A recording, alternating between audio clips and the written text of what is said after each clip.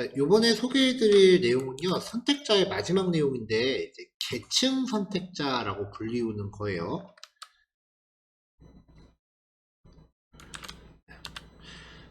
CSS가 이제 처음에 이제 사용을 하는데, 이제 CSS 같은 경우는 디자인 코드다 보니까, 이제 코드가 이제 계속 모양을 가꾸다 보면 되게 길어져요.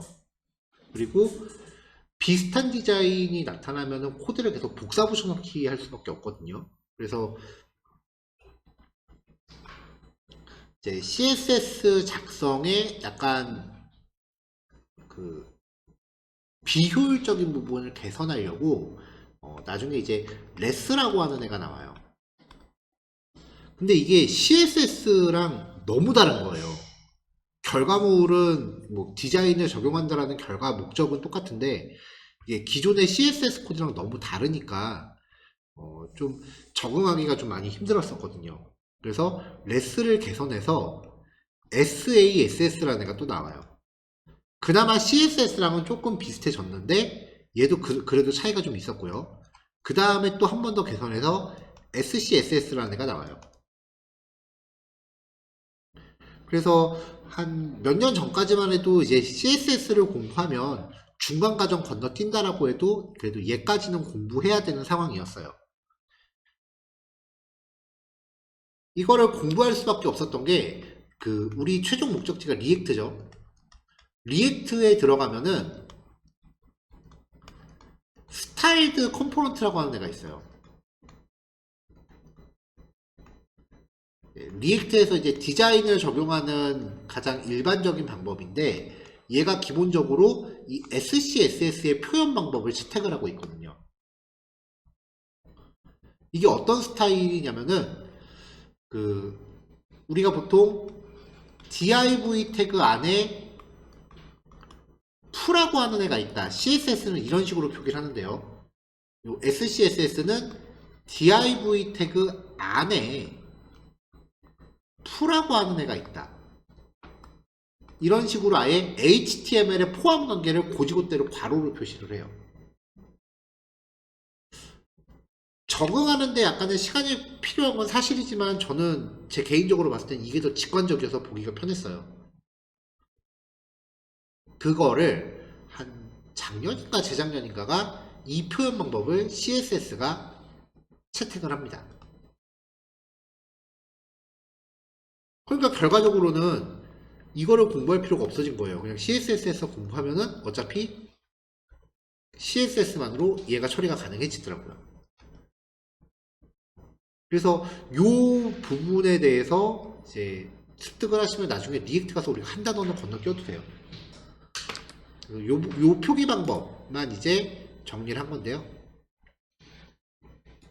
네, 좀 전에 말씀드린 것처럼 헬로라고 하는 클래스 안에 타이틀이라는 클래스가 있다라고 하면은 종전에는 헬로 안에 헬로 안에 띄고 타이틀 이렇게 표기를 했었는데 이거를 이런 식으로 그냥 포함 관계로 직관적으로 만들어 버렸다 라는 거고요. 요 사이에는 자손 선택자가 구성이 돼요. 그러니까 HTML의 계층을 몇 칸을 건너뛰어도 그냥 이 헬로라는 태그 범주 안에 들어있기만 하면 돼요, 얘가. 자, 그거랑 이제 추가적으로 이제 몇 가지 내용을 더 준비를 했는데요. 표현 방법이 조금 많아요.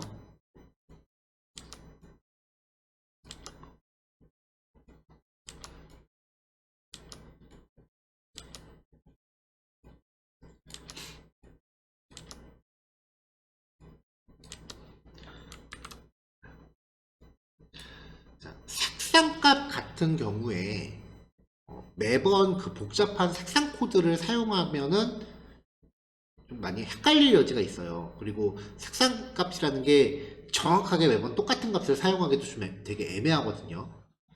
근데 이제 웹사이트 같은 거 구성할 때 그 사이트를 대표하는 색상이 있습니다. 가령 들어서 네이버라고 하면은 우리가 초록색을 떠올리고요. 당근이라고 하면 당근마켓 같은 경우는 주황색을 떠올리죠. 네, 그런 식으로 각각의 웹사이트들이 대표하는 색상이 있고 그 색상을 기준으로 보통 웹사이트에서 사용하는 색상이 맥시멈 5개 정도밖에 안 돼요. 그러니까 색상을 그때그때 막 느낌에 따라 넣는 게 아니에요. 그래서 인터넷에서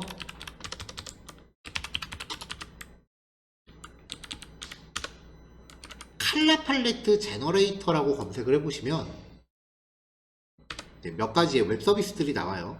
어도비 같은 데서도 있고, 어도비 거 한번 들어가 볼게요. 여기 좀 어렵네요. 제일 위에 거 들어가 볼게요. 자, 이렇게 들어가 보면은 이제 클릭하고 들어가 보면은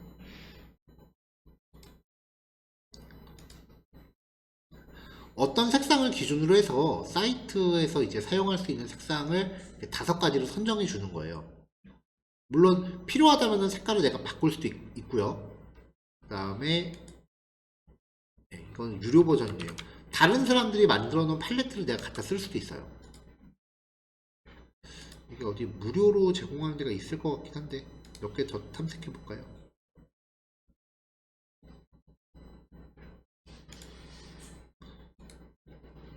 네, 한 가지 색을 찍으면 이제 그 색에서 파생되는 몇 가지 어울리는 색을 이렇게 제시를 해주고요. 아니면 내가 색상을 직접 이렇게 선택해서 색상 팔레트를 만들 수도 있고요. 그것도 아니면 여기서 이미지 파일을 업로드를 해볼게요.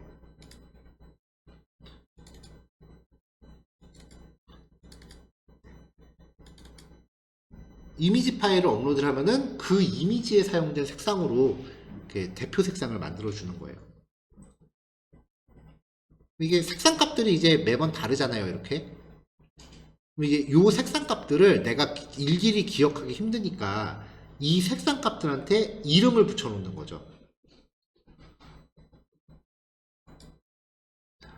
그래서 콜론 루트 괄호 열고 그 다음에 빼기 2개로 시작하는 속성 이름을 내가 정합니다. 여기서는 그냥 단색으로만 정했어요.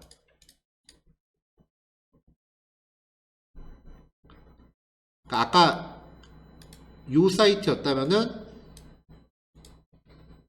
요 색상 값을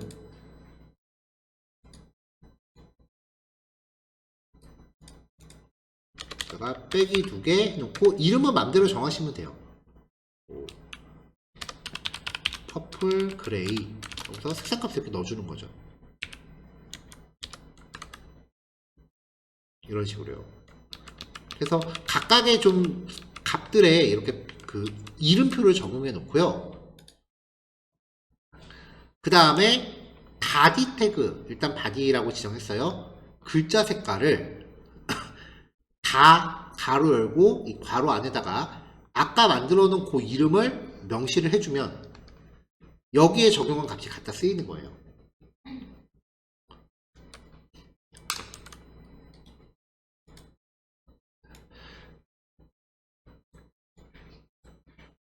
자, 일단은 바디 태그에다가 글자 색깔을 빨강색으로 적용해라 라고 했으니까 이 바디 태그 범주 안에 있는 모든 애들이 빨간 글자가 되겠죠.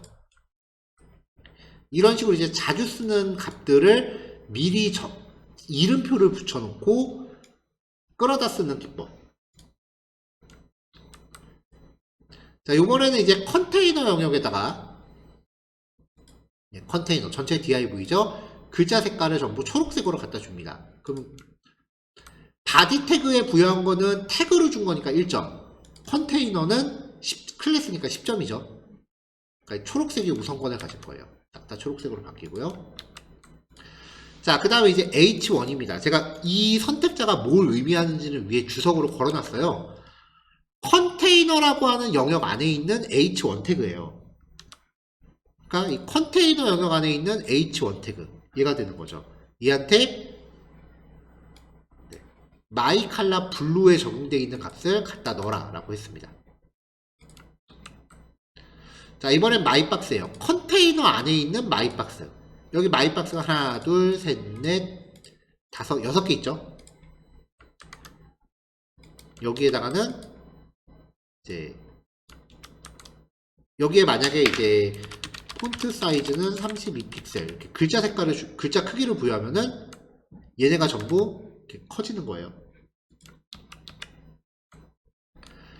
자,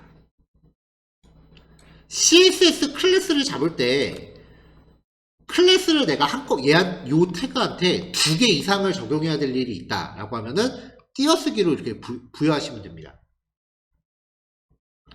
그럼 이제 이렇게 2개 이상을 부여한 경우에는 이 계층 선택자에서 어떻게 적용하느냐, AND가 앞에 붙어요.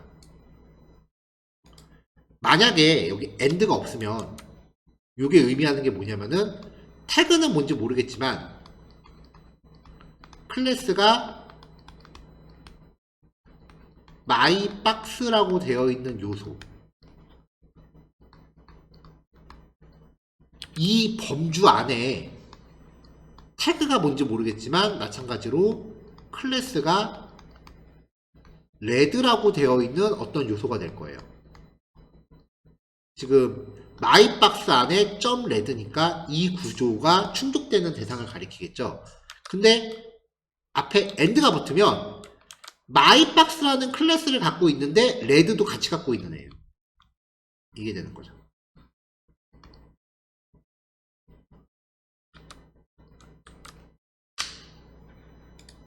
그래서 얘만 지금 빨간색이 됐고요. 마찬가지로 그린 두 번째입니다. 지금 글자 색깔이 초록색이니까 이건 변하지 않겠네요. 그 다음 블루 세 번째 요소예요. 글자 색깔 파란색으로 바꿔줬고요.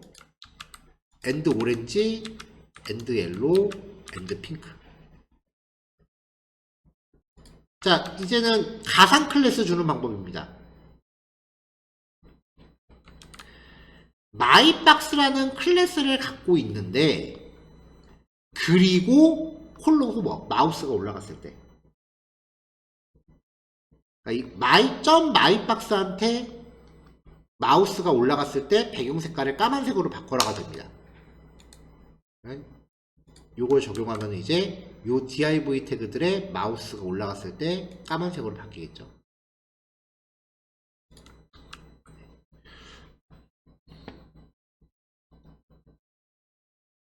많이 헷갈리실 거예요. 이거는 뭐 지금 당장 달달달 외운다고 해서 해결되는 문제는 아니에요. 그래서 이후 예제들을 사용하면서 뭐 단순한 예제들은 그렇게 안 되겠지만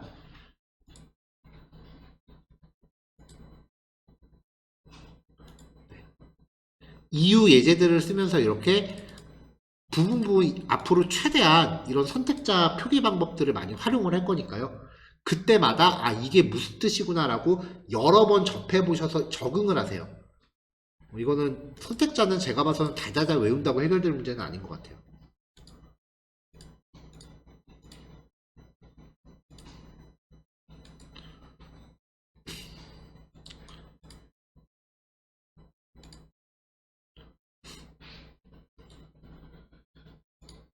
자, 넘어가겠습니다.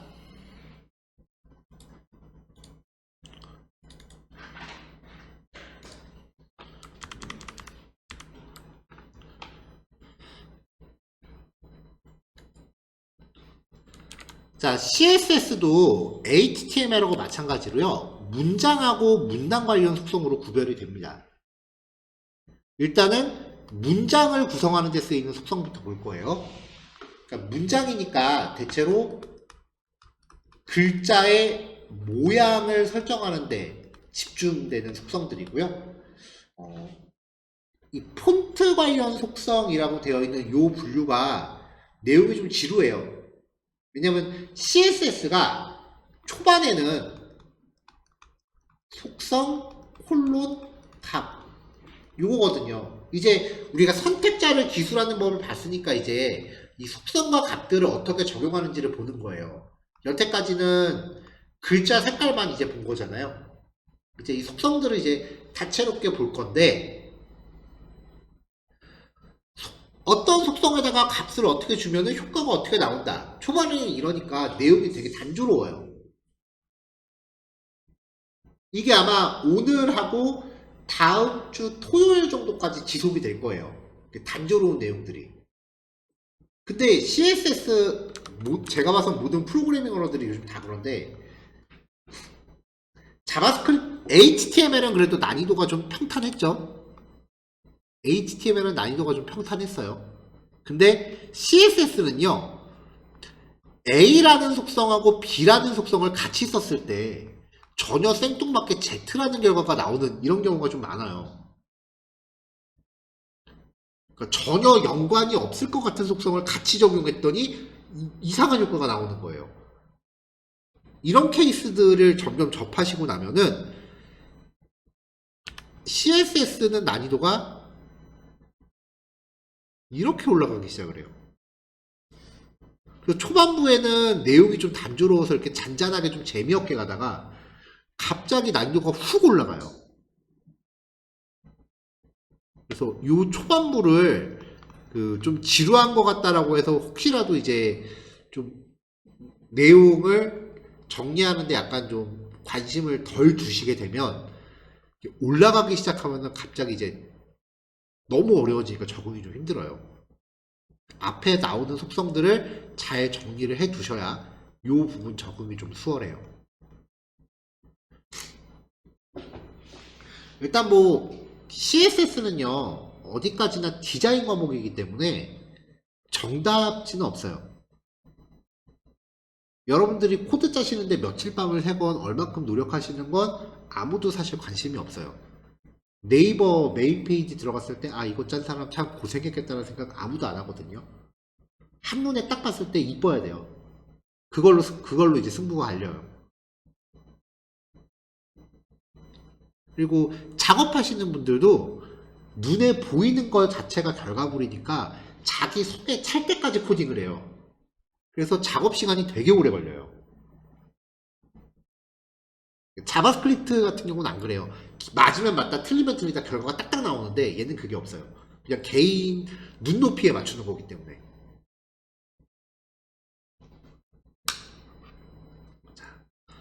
자, 방금 전에 드렸던 얘기는 앞부분의 요 단조로운 부분들 여기가 좀 지루할 수 있으니까 좀 견뎌주십사 해서 드린 얘기예요. 자, 글자 모양 관련 속성은요 사실 문단이나 문장 요소를 안 가려요. 아무 태그나 붙잡고 다 쓰셔도 돼요. 자, 먼저 폰트 패밀리입니다. 글꼴의 이름을 지정합니다. 쉼표로 구별해서 여러 개를 나열할 수 있습니다. 근데 이 글꼴이라는 건요 내 컴퓨터 기준이 아니라 접속하는 사람 컴퓨터 기준으로 명시를 해야 돼요. 접속자 PC를 기준으로 명시를 해야 돼요. 그래서 만약에 A라는 글꼴, B라는 글꼴, C라는 글꼴 이렇게 여러 개를 나열을 하면은 접속자한테 일단 A라는 글꼴이 설치되어 있는지를 봐요. 그게 없으면 다음 글꼴을 대체해서 쓰려고 해요. 이것도 없으면 그 다음 글꼴을 대체해서 쓰려고 해요. 글꼴 이름에 공백이나 빼기 기호가 포함된 경우는 글꼴 이름을 따옴표로 감싸서 쓰셔야 됩니다. 예를 들어서 노토 산스 KR 이라는 글꼴이 있는데 얘는 이름 사이사이에 띄어쓰기가 있어요. 그러면 따옴표로 감싸셔야 돼요.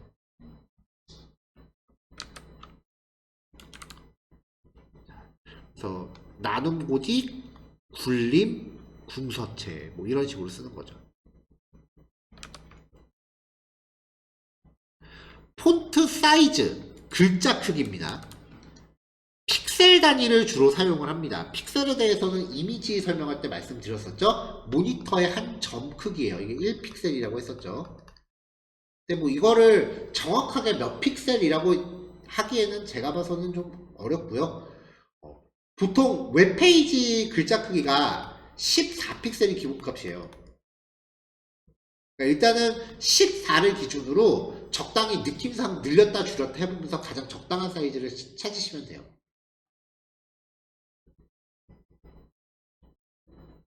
모바일 웹 같은 경우는 사이트마다 좀 차이가 있긴 한데 좀 큼지막하게 보고 싶다라고 하면 16픽셀을 기본으로 하고요. 좀 작게 보고 싶다라고 하면 14픽셀을 기본으로 합니다. 폰트 스타일, 글자의 기울임 여부예요. 이탈릭이라고 주면은 기울고요. 노멀이라고 주면은 똑바로 서 있습니다. 기본값이라고 되어 있는 애들은 특별히 이 속성을 명시하지 않았을 때 자동으로 적용되어 있는 상태예요. 폰트 웨이트, 글자의 굵기를 표현합니다. 볼더, 볼드, 노멀, 라이트, 라이터 5단계예요. 기본값에서 굵게 더 굵게, 얇게 더 얇게. 조금 더 디테일하게 사용할 때는 100에서 900 사이의 값을 100단위 숫자 값으로 적용해요. 기본값이 400이에요. 여기서 100단위로 늘리면은 점점점 굵어집니다. 근데 이 굵기 같은 경우에는 무조건 쓴다고 되는 게 아니고요. 폰트 패밀리에서 지정한 글꼴이 굵기를 몇 단계까지 지원하는지에 따라 먹는 경우도 있고 안 먹는 경우도 있어요. 가령 어떤 글꼴은 볼드만 지원해요. 어떤 글꼴은 볼드랑 볼더만, 라이터를 지원 안 하는 경우도 있고요. 그래서 얘가 적용되는지 여부는 글꼴 형태에 따라서 조금 다르다. 칼라는 우리 많이 썼죠. 라인 헤이트, 한 줄의 높이입니다. 퍼센트 단위인 경우는 글자 크기를 기준으로 해요. 폰트 사이즈를.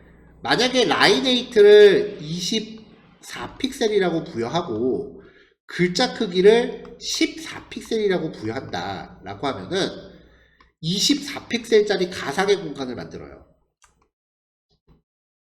높이가 24픽셀이 가상의 공간을 만드는 거예요.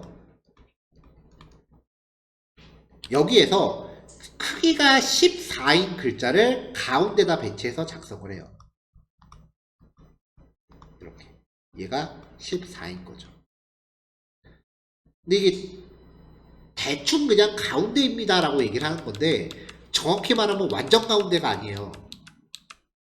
이게 뭘 기준이라고 하냐면은 베이스 라인을 맞춘다라고 표현을 하는데 이게 뭐냐면은 혹시 중고등학교 때 영어 노트 써보셨나요? 영어 노트가 이렇게 돼 있거든요.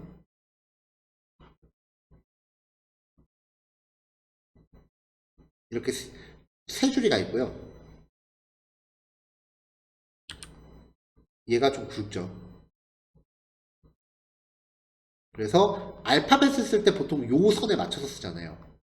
A, B, C 이런 식으로 쓰잖아요. G 이렇게요. 이 기준이 되는 선을 베이스 라인이라고 해요.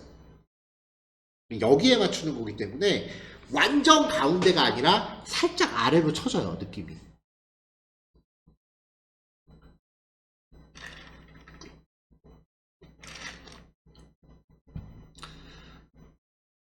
근데 뭐 정확하게는 뭐 그런 식인데 보통은요 요 한 줄에 대한 높이예요.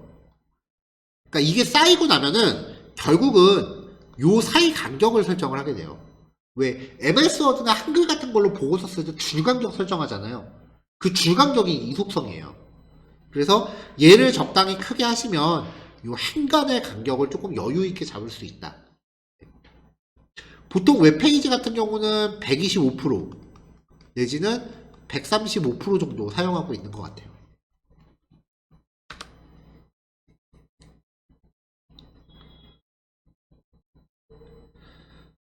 자, 글자 크기를 부여할 때 EM이라고 하는 단위값도 있어요. 부모 요소한테 부여된 글자 크기를 1EM으로 놓고 거기에 상대적인 크기를 지정하는 방식이에요. 자, 지금 여기 HTML 코드 보면은 parent라는 클래스를 갖는 div 태그가 있고 child라는 클래스를 갖는 div 태그가 그 안에 들어있죠. 자, 그러면 parent한테 폰트 사이즈 100픽셀을 줬어요. 얘한테. 그러면 이 100픽셀 값이 1EM이 됩니다.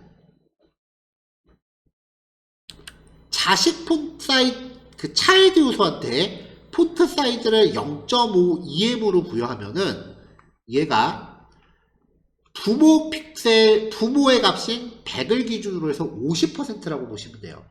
그럼 얘는 50픽셀 정도의 값을 갖는 거죠. 상대적인 크기를 줄 때 쓰는 거예요.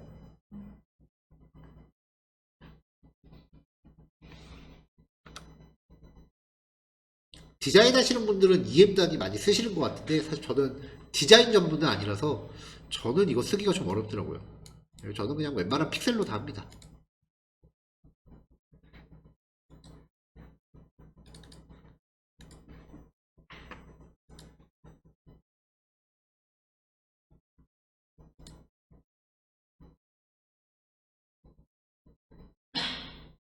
일괄 지정하는 내용. 자, 아까 라인에이트까지 봤죠? 이게 폰트. 이 폰트라고 하는 속성은요, 글자 색깔을 제외하고 나머지 속성들을 일괄 표현하는 방식이에요. 폰트 스타일, 폰트 웨이트, 폰트 사이즈, 슬래시 라인에이트, 폰트 패밀리. 근데 대괄호로 표시된 애들은 필요 없으면 생략하셔도 되는데 사이즈나 패밀리는 생략이 안 돼요. 이 폰트에 대한 적용 방식은 예제에서 보시면 될 것 같아요.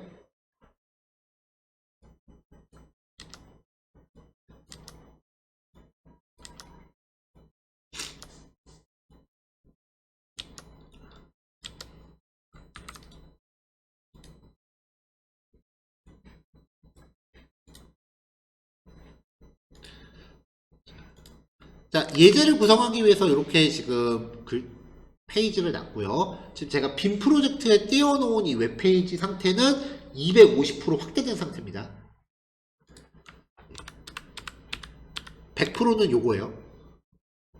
100% 사이즈가 이거고 화면을 제가 지금 이렇게 좀 확대를 시켜놨어요.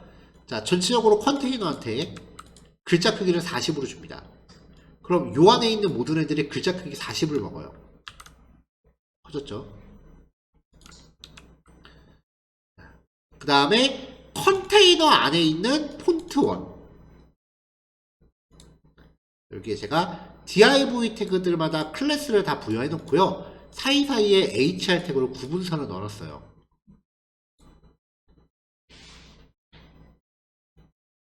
자, 폰트 패밀리 궁서 굴림. 그러면은 지금 이 웹페이지를 열고 있는 컴퓨터에 궁서체가 있으면은 궁서체가 나와요. 궁서체가 없으면 굴림체가 대신 나와요. 자, 폰트 사이즈 0.8EM이라고 했어요. 그러면 얘를 1EM으로 보는 거니까 이걸 기준으로 80% 기준이 되는 거죠. 그럼 사이즈가 조금 작아지겠네요. 궁서체에서 조금 작아졌죠. 자, 폰트 2, 폰트 스타일 이탈릭 여기입니다. 이렇게. 이거랑 똑같은 효과를 주는 HTML 태그가 I 태그였어요. 뭘 쓰셔도 상관없습니다. 글자 굵기 여기 볼드 굵어졌죠? 자, 보더 안 나오죠? 지원을 안 하는 거예요. 라이트 밑에랑 차이가 없죠? 그럼 얘도 지원을 안 하는 거예요. 라이터를 400이 기본이에요. 500 조금 굵어졌어요. 600 조금 더 굵어졌죠. 700 800 700은 지원 안 하는데 800은 되네요. 이건 지원 안 하죠. 그러니까 사용하는 글꼴마다 어느 단계까지 지원하는지에 대한 디테일이 조금씩 달라요.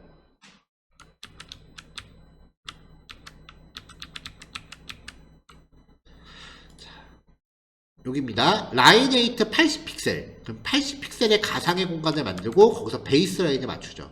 여기 행간이 좀 넓어진 거 보이실 거예요. 자, 마지막으로요. 그냥 폰트라고 하면서 굵기와 기울임, 글자 크기, 라인 헤이트, 폰트 패밀리를 일괄 설정합니다. 자, 볼드하고 이탈릭은 필요 없으면 빼셔도 되고요. 라인 헤이트도 필요 없으면 슬래시 포함해서 빼셔도 돼요. 그 다음에 이 볼드하고 이탈릭은 지들끼리 순서가 바뀌어도 상관없어요. 하지만 일괄 지정하실 때는 크기랑 글꼴 이름은 무조건 포함이 돼야 돼요.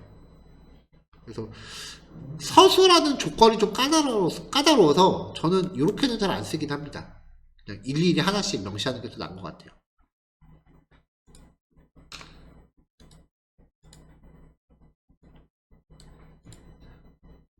자, 요의자 하나는 그래도 오래 안 걸리실 것 같으니까요. 선택자, 계층 선택자 요거 10분 잡고 폰트 관련 속성은 지금 52분이니까 8분만 잡을게요.